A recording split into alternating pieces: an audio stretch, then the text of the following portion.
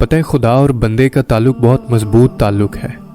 बंदा बारहा अपने रब को छोड़ देता है, कभी सही कभी गलत रास्ते पर चलता है, कभी सलूक की इंतहा पर होता है तो कभी कुफर की इब्तदा पर, कभी इबादत में कसरत और कभी गफलत। बंदे का अपने रब से कुर्बत का रिश्ता टूट सकता है, मगर रब का अपने बंदे से रिश्ता नहीं टूट सकता। ये तो ऐसा रिश्ता है कि एक पल के लिए भी ओझल नहीं हो सकता। वो बहुत जल्द अपने बंदे को अपने पास आने, अपने सामने झुकने पर आमादा कर लेता है, लेकिन मजबूर नहीं करता।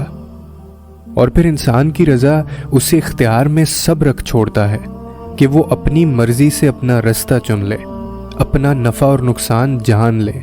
अकल वालों के लिए यहाँ से वहाँ तक निशानियाँ ही निशानियाँ रख छोड़ता है। फिर आपको खुद ये फैसला करना होता है कि आपने किसको चुनना है। वो मोहब्बत चुननी है जो आर्जी है, वो मोहब्बत चुननी है जो आपको तकलीफ़ दे, या उस मोहब्बत की तरफ वापस लौटना है जो सारी ज़िंदगी ख़त्म नहीं हो सकती, जो आपको कभी धुतकारता नहीं है।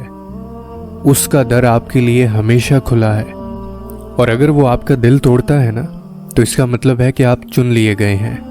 अल्लाह ताला अक्सर टूटी हुई चीज़ों को बड़ी खूबसूरती से किसी मकसद के लिए इस्तेमाल करता है।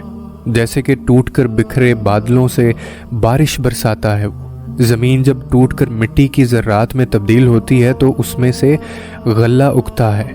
पौधों या फसलों की टूट कर गिरी हुई कलमों या शाखों से नया पौधा या नई फसलें उगती हैं। अगर आपका दिल टूट कर टुकड़े हो जाए तो यकीन रखें अल्लाह ताला अब आपसे कोई बड़ा काम लेंगे। इसीलिए टूटे हुए दिल में बड़ी ताकत होती है, और इसीलिए टूटा हुआ दिल अल्लाह को बहुत महबूब है। क्योंकि आजमाया हर एक को नहीं जाता, सिर्फ उनको आजमाया जाता है जिनको वो इस काबिल समझता है और मोहब्बत रखता है।